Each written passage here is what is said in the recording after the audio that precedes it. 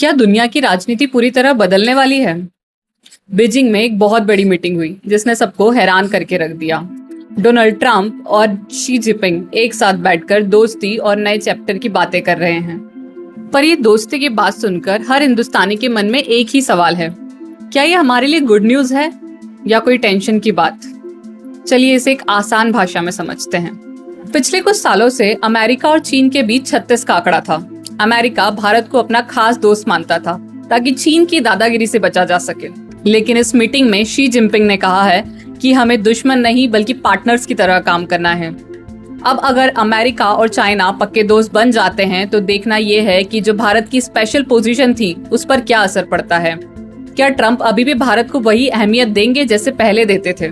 दूसरी बड़ी बात है पैसा और बिजनेस। ट्रंप अपने साथ अमेरिका के टॉप 30 बिजनेसमैन को लेकर चाइना पहुंचे हैं, जिसमें इलॉन मस्क भी शामिल है। उनका सीधा मोटिव है व्यापार बढ़ना चाहिए।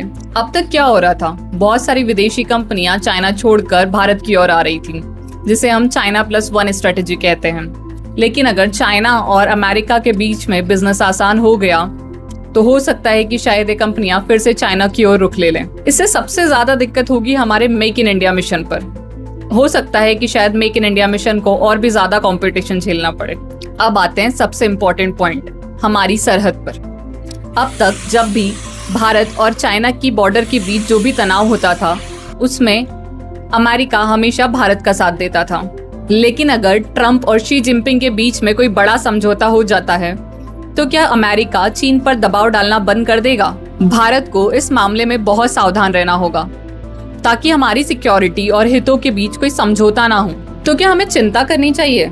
देखिए, आज 2026 में भारत खुद में एक बहुत बड़ा ग्लोबल पावर है।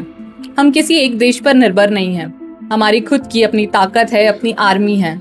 एक्सपर्ट्स का मानना है कि अगर दुनिया के 2 बड़े खिलाड़ी लड़ना बंद कर दे तो ग्लोबल मार्केट शांत होगा और जिससे भारत को भी फायदा होगा। बस हमें अपने स्ट्रेटेजिक ऑटोनॉमी यानी खुद के दम पर फैसले लेने वाली पावर को और ज्यादा स्ट्रॉन्ग करना होगा।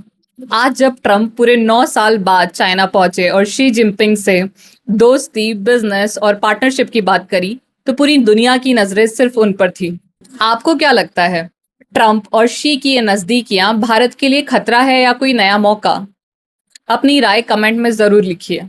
अगर आपको ये सिंपल सा एनालिसिस पसंद आया है तो प्लीज वीडियो को लाइक करें, चैनल को सब्सक्राइब करें और मिलते हैं अगले वीडियो में।